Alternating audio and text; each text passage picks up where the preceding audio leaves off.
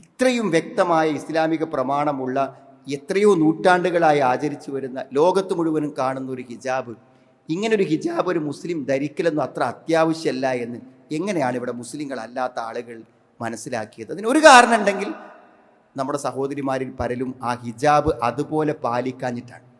ഇതിപ്പോൾ പല രൂപത്തിലാണ് ആൾക്കാർ കാണുന്നത്. അങ്ങനെ ഉണ്ടാവും. ഇസ്ലാമിക പ്രമാണങ്ങളിൽ വന്ന ഒരു ഹിജാബ് സ്വീകരിക്കുമ്പോൾ എല്ലാവർക്കും ഒരേ വസ്ത്രാവണം എന്നല്ല പറഞ്ഞു, അതിൻ്റെ ആ നിയമം ഒരേപോലെ ആവൂലേ? അപ്പൊ സുഹൃത്തുക്കളെ, എല്ലാവരും എന്ത് ചെയ്യണമെന്നറിയോ? മുഖവും മുൻകഴിഞ്ഞു ഒഴിച്ചിട്ടുള്ള ബാക്കിയുള്ള എല്ലാ ഭാഗവും മറക്കുക എന്നുള്ള ഇസ്ലാമിൻ്റെ അതേ നിയമം ഹിജാബ് ധരിക്കുന്നവരൊക്കെ സ്വീകരിക്കണം. ചില ആളുകൾ കഴുത്ത് കാണിക്കുക, ചില ആൾക്കാർ തല കാണിക്കുക, ചില ആൾക്കാർ ഇത് കുത്താതെ ഇടുക, അത് ചില ആൾക്കാർ എന്ത് ചെയ്യുക, കാല് കാണിക്കുക, ചില ആൾക്കാർ കാലിൻ്റെ കണങ്കാല് കാണിക്കുക. അതിനൊന്നും ഒരു വകുപ്പില്ല. ഹിജാബ് ഇടുന്നവർ ദയവ് ചെയ്ത് എന്ത് ചെയ്യണം എന്നറിയങ്ങൾ? ആ മുഖവും മുൻകൈയും ഒഴിച്ച് ബാക്കിയുള്ള എല്ലാ ഭാഗങ്ങളും മറക്കണം. നിങ്ങളുടെ മക്കളും നിങ്ങളുടെ ഭാര്യമാരും ഒക്കെ അങ്ങനെ ചെയ്യുന്നില്ലെങ്കിൽ സുഹൃത്തുക്കൾ, അത് ഒരു വെല്ലുവിളിയാണ്. അതൊരു വെല്ലുവിളി തന്നെയാണ്.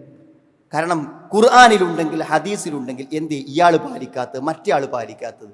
ഇവിടെ 10 മുസ്ലിം സഹോദരിമാരുണ്ടല്ലോ ഉദ്യോഗസ്ഥരായിട്ട്, ഒരാൾ മാത്രം എന്താ ഇങ്ങനെ വരുന്നത്? അപ്പൊ സഹോദരങ്ങളെ, ഇസ്ലാമിക നിയമം ശരിയായി പാലിച്ചാൽ അവൻ തീവ്രവാദിയായി. അത് എന്തുകൊണ്ടാ അറിയൂ? ബാക്കിയുള്ളവരത് പാലിക്കാത്തത് കൊണ്ടാണ്. താടി വെച്ചവനെ എന്തുകൊണ്ടാണ് തീവ്രവാദിയായത്? ബാക്കിയുള്ളവർക്ക് താടി ഇല്ലാത്തത് കൊണ്ടാണ്.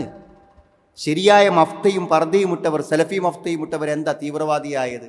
ബാക്കിയുള്ളവർ അങ്ങനെ ചെയ്യാത്തത് കൊണ്ടാണ്. അതുകൊണ്ട് ഈ വിവാദങ്ങളിൽ നിന്ന് നമ്മൾ തിരിച്ചറിയേണ്ട കാര്യം, നമ്മൾ പൂർണ്ണമായി ഇസ്ലാമിക വസ്ത്രദാനത്തിലേക്ക് നമ്മൾ കൊണ്ടുവരണം.